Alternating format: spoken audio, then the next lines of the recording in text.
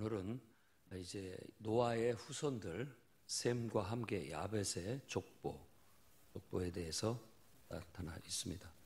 그래서 야벳부터 소개를 하고 있고, 야벳의 이 족보에 나와 있는 이 사람 혹은 족속 혹은 나라 이름 혹은 땅의 이름, 그렇게 생각하면 됩니다.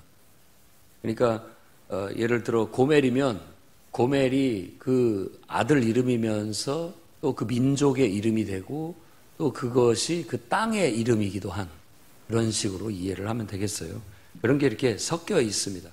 그리고 일단 우리가 먼저 알아야 할 것은 셈, 함, 이제 야벳, 이 세 사람을 통해서 새롭게 인류가 형성됐다라는 거, 그런 진리. 그러니까 따지고 보면 인류는 한 가족이에요.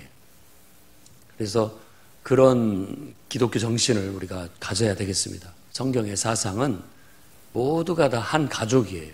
어찌됐든 아담을 통해서 시작돼서 한 가족이고, 또다시 노아와 셈, 함, 야벳 이 세 아들을 통해서 모든 인류가 흩어지게 됐다라는 것을 가지고서 우리는 그냥 뭐 중국이 됐든 일본이 됐든 또 러시아가 됐든 어디가 됐든 다 모두가 한 형제, 한 따지고 보면 한 가족이다라는 그런 의식을 가짐으로써 진정한 어떤 화합과 협력을 이루어 나가야 되겠고, 형제사랑의 정신을 실천해 나가야 되겠습니다. 그 다음에 여기에 소개되어져 있는 사람들은 제한적인 숫자예요. 이 사람들이 다라고 생각하면 안 됩니다. 여기에 소개된 숫자는 일단 야벳의 아들들 이름을 여러분이 하나씩 쉬어보면 14명이 돼요. 그리고 함의 후손들의 이름을 쭉 쉬어보면 30명이 됩니다. 그리고 셈은 26명. 합이 딱 합치면 70이에요. 그러니까 성경에서는 7을 좋아하고 7에 맞추려고 하고 70에 맞추려고 하는 그런 경향이 강합니다. 그래서 야벳을 얘기할 때 야벳의 아들들도 이렇게 딱 쉬어보면 7이에요. 그리고 그 맏아들 고멜의 아들들도 이렇게 보면 3이고, 그것도 야완의 아들들을 세보면 4이 돼요. 그게 7이에요. 그래서 7이 되는 거죠. 그 외에 다른 사람들의 자손들에 대해서는 언급이 없잖아요.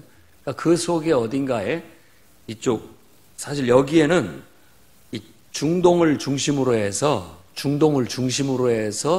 이 익숙한 이름들만 주로 언급이 되어 있어요. 그러니까 저쪽 아직 그 시대의 세계관 속에 있지 않은 저쪽 유럽, 그리고 또 이쪽 아시아 쪽, 이런 쪽에 대해서는 언급이 없습니다. 그러니까 지금 성경의 배경이 되고 또 이스라엘과 연관되어져 있는 주변에 대한 족속들에 대한 이야기들을 열거하고 있다는 걸, 일단 그렇게 제한적으로 나타나 있다는 걸 이해하시면 되겠습니다.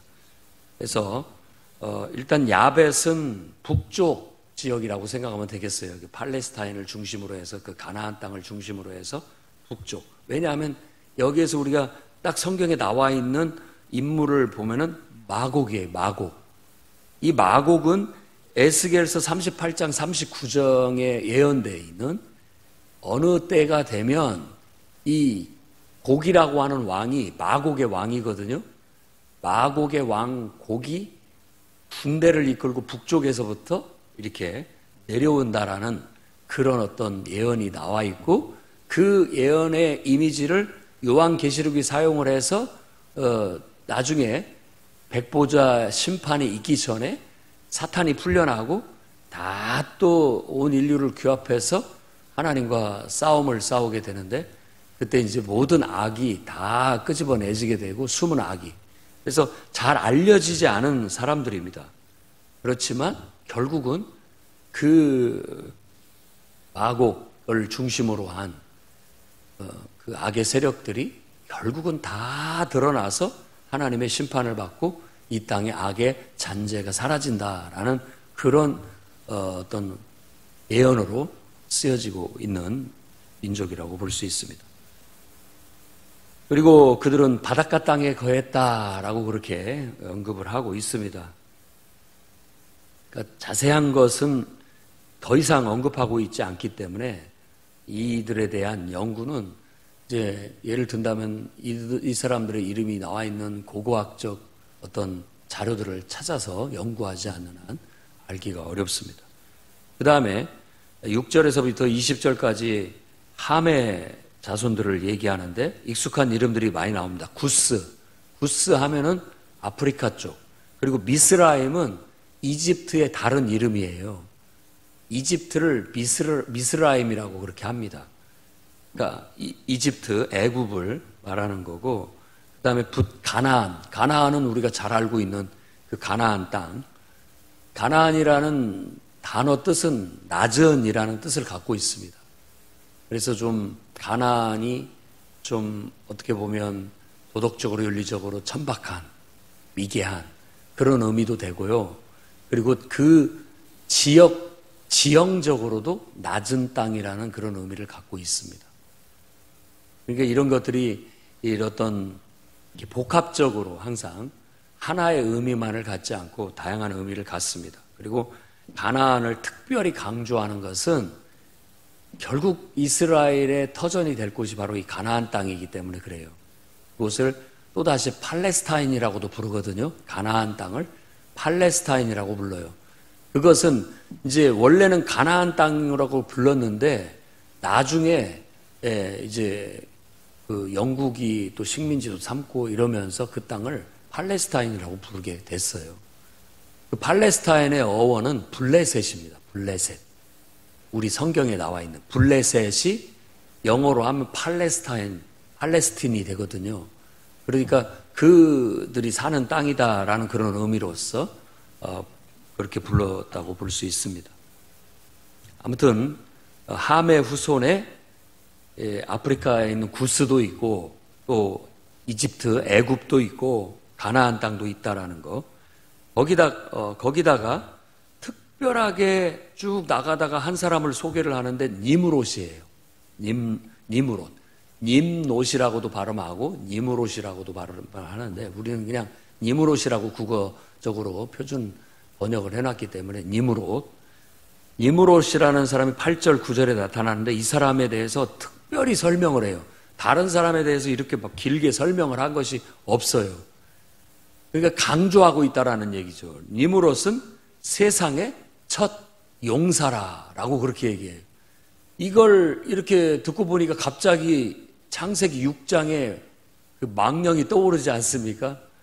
하나님의 아들들이 사람의 딸들을 제 좋을 대로 다 취해서 그때 자식을 낳았는데 네피림이더라. 그들은 그 당대에 유명한 사람, 용사였다라고 그렇게 얘기를 해요. 그러니까 이 창세기 초반부에서 얘기하는 이 용사가 부정적인 의미로 쓰였어요. 원래는 이 끼뽀르 하일이라고 하는 말은 다윗과 같은 아주 용맹한 전사, 그리고 아주 정의롭고 그런 어떤 용사로 나중에 역사서에서는 쓰이는데, 여기서 말할 때는 지금은 순수해야 할 인류 속에 갑자기 톡 붉어진 한 사람이 나타나게 되는데 그게 니므롯이에요. 근데 이 사람은 다들 평화롭게 살던 세상에 전쟁을 일으키고, 한마디로 말해서 이 뒤에 설명이 나오는데 신할 땅에서부터 시작을 해가지고 아수르로 밀고 나가서 어떤 레센이라는 큰 성읍을 건설했다라고 얘기하는데, 전쟁과 또 폭력을 이용해서 큰 제국을 만든 어떤 최초의 노아 홍수 이후에 최초의 인물로 다시 얘기하고 있습니다. 노아 시대 때도 그것이 병폐가 돼가지고 심판을 받았는데 다시 인간의 악이 우리 마음속에 있는 이 어두운 구덩이에서 여기서 나온 거예요. 그렇고 나왔어요. 그래서 그것이 짐승이 돼서 날뛰기를 넘어서 이제 괴물이 되는 거예요. 그 중에 한 사람이 바로 니므롯입니다. 그러니까 세상적으로 보면은 영웅이에요. 말하자면 많은 영토를 차지했고 부와 권력을 차지해서 무소불위의 권력을 누리면서 그 사람 말 한마디면 뭐든지 다 할 수 있는 그런 어떤 권력을 가진 사람이에요. 그래서 세상적으로 보면 그런 사람을 영웅이라고 하지만 우리는 주일 설교 말씀에서 저희가 하나님의 감동을 따라 여러분에게 전한 것처럼 우리는 그걸 거부하는 사람들입니다. 우리는 진리를 따라 순수한 삶을 사는 사람이고 또 진리를 따라서 하나님 나라를 이루기를 원하지 그렇게 폭력을 이용해서 많은 사람을 죽이고 피를 흘리고 많은 사람들의 영토를 차지하고 재산을 차지해서 큰 부와 권력을 이루는 것을 영웅이라고 보지 않습니다. 그건 오히려 하나님이 심판할 대상이라고 그렇게 믿고 사는 사람들입니다. 우리가 바라는 진정한 영웅은 다른 게 아니라 하나님의 형상을 닮은 사람을 영웅이라고 합니다. 의인이라고 하고 그리고 1년 365일 날마다 하나님과 동행하면서 하나님의 뜻을 행하는 사람을 우리는 영웅이라고 하는 겁니다.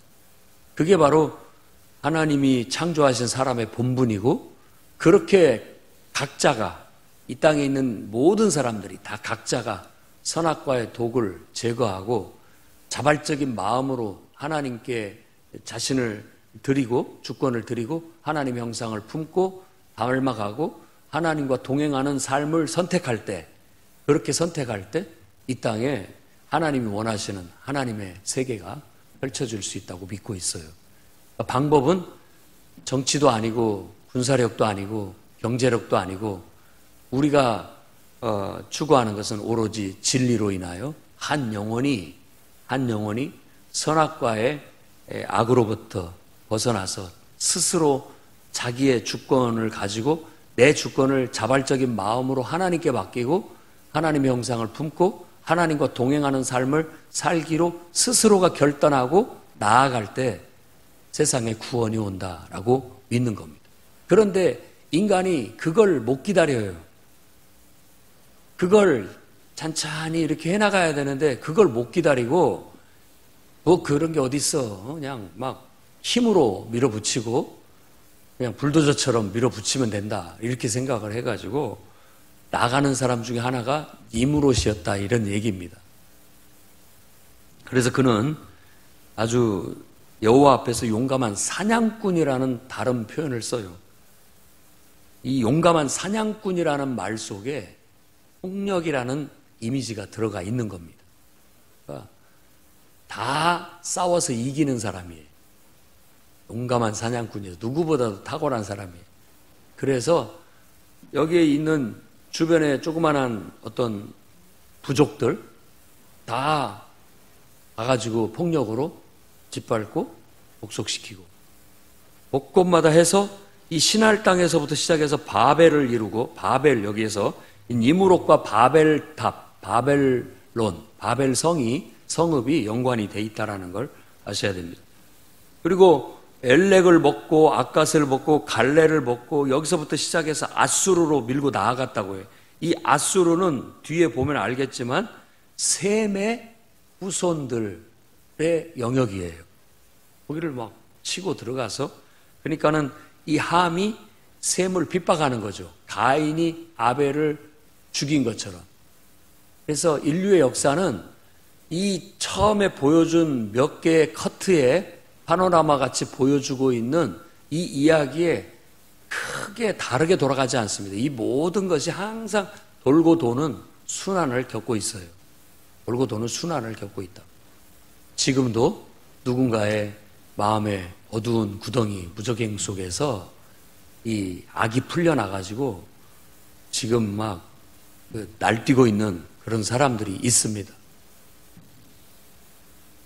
그들에게 사탄한테 완전히 사로잡혀서 사탄의 종이 되면 사탄은 만국의 영화를 준다고 해서 부도 준다고 약속하고 권세도 준다고 약속하고 세상에 호령할 수 있게 해주겠다라고 그렇게 약속을 하는데 결국 그것이 세상을 밝게 하고 구원하는 어떤 생명의 길이 아니라 많은 사람을 죽이고 짓밟고 괴롭히는 사륙기계와 같은 그런 힘, 권력, 그것으로 얻는 부, 이런 느낌이 많이 듭니다.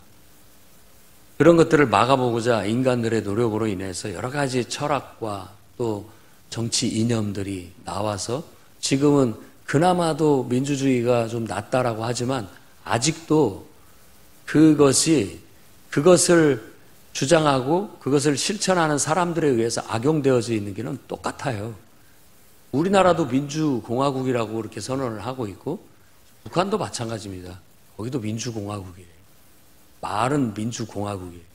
그러나 실제가 그렇게 하고 있지를 않기 때문에 예를 들어 우리도 민주주의라고 하지만 실제 정치가 민주주의라고 말만 했지 민주적으로 하지 않으면 그것도 문제가 될 수 있는 거잖아요. 언제든지 그래 왔습니다.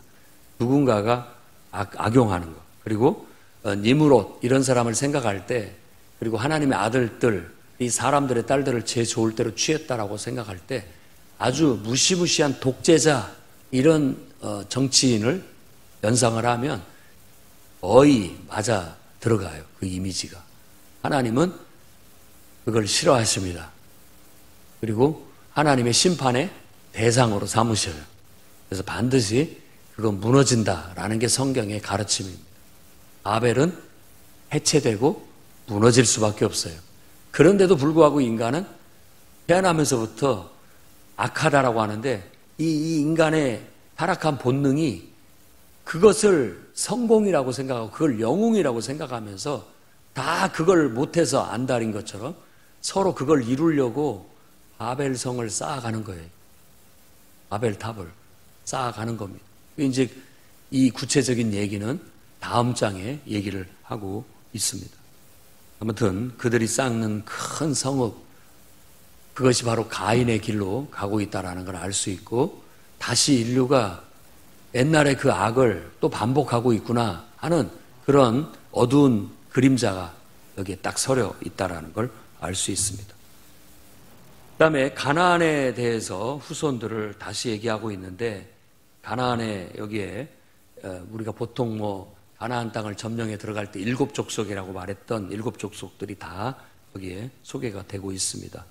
그 북쪽으로 시돈과 헷 족속, 히타이트 족속, 여부스, 아모리, 기르가스, 히위, 알가, 신, 아르왓, 스말, 하막 이런 족속들이 얘기하면서 그 경계가 지금 말하고 있는 이 가나안 땅이라는 것을 소개하고 있습니다. 그 중에 소돔과 고모라도 있다라는 건 앞으로 일어날 사건들이 거기를 배경으로 일어나기 때문에 기억을 해두면 되겠습니다.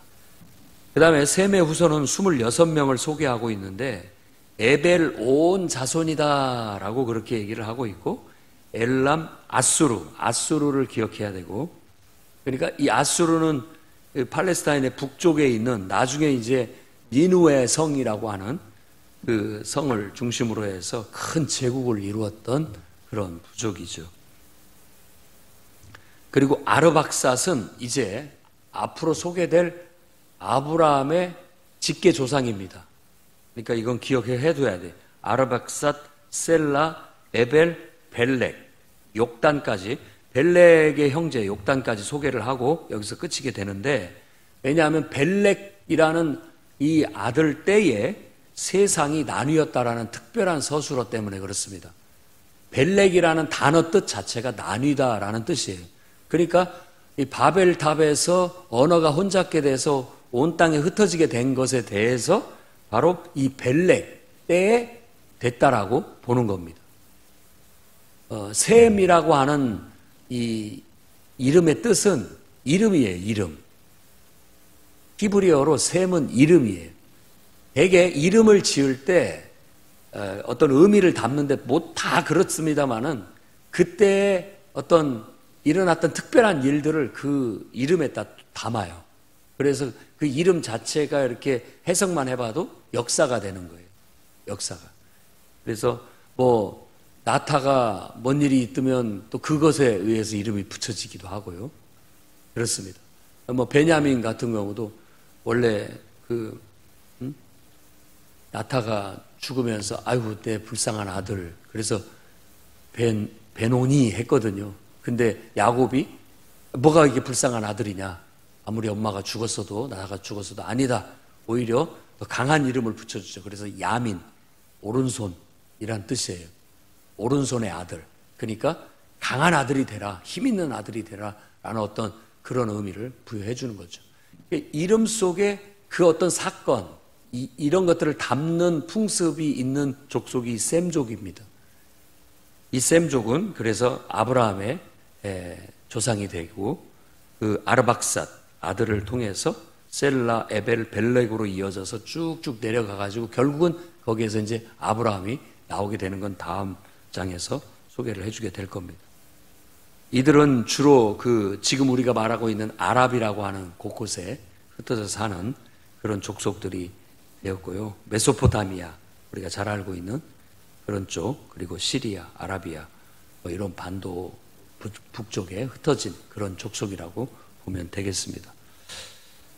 오늘 말씀을 통해서 우리가 알아야 할 것은 일단 첫째는 인류는 다 한 가족이다 하는 형제를 가지고 보는 기본적인 기독교 정신을 가져야 되겠고, 그리고 또다시 우리 안에 이런 악이 끊임없이 뚫고 나와서 노아의 홍수 때 인간이 저질렀던 악을 또 반복한다라는, 인간은 하나님에 의해서 통제되지 않고 하나님께 의탁해서 하나님에 의해서 관리되지 않으면 인간의 악은 그냥 끊임없이 자라서 마치 꼭 사탄의 종이 된 것처럼 그들은 악의 화신이 되어 세상을 짓밟고 스스로 부와 영광, 권세, 부와 권력과 권세 이 모든 것들을 차지하기 위해서 날뛰는 그런 세상이 되는데,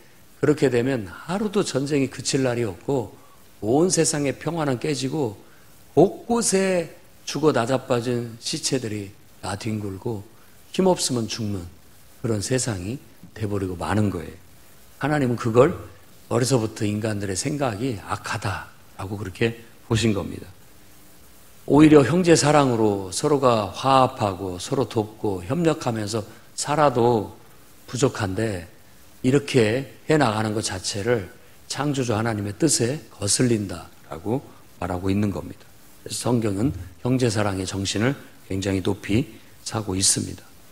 결국 하나님께서는 이들을 심판하시는데 결국은 이 언어를 혼잡게 하심으로 흩으심으로써 심판을 내리셔서 그들이 이렇게 그 악한 의도를 가지고 단합하지 못하도록, 악이 더 막 증대돼서 걷잡을 수 없게 퍼지지 못하도록 하는 장치를 두심으로써 그 문제를 해결해 나가시는 겁니다. 그러니까 아마 여러분들도 그렇게 할 거예요. 우리도 마찬가지입니다.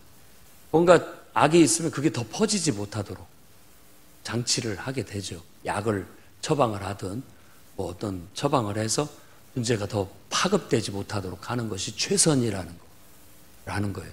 그래야 나중에 이런 대대적인 큰 수술을 해야 되는 그런 지경까지는 가지 않게 되는 겁니다. 그래서 그런 진리가 오늘 이 10장 말씀 속에 들어있음을 알고 정말 그리스도인으로서 무엇이 악이고 무엇이 선인지를 분별할 수 있는 지혜를 갖고 우리는 진정으로 진리를 쫓아 정말 더디가는 것 같고 너무나 약해 보이고 순해 보일지는 몰라도 그래, 인류는 한 가족이다. 하나님의 형상을 품고 하나님과 동행하면서 하나님 사랑으로 서로를 하나님께 대하듯 하나님께 하듯 하면서 사는 것이 최선이다라고 믿고 그 길이 생명의 길이라는 걸 믿고 그 길로 나아가는 저와 여러분이 되기를 주의 이름으로 축원합니다.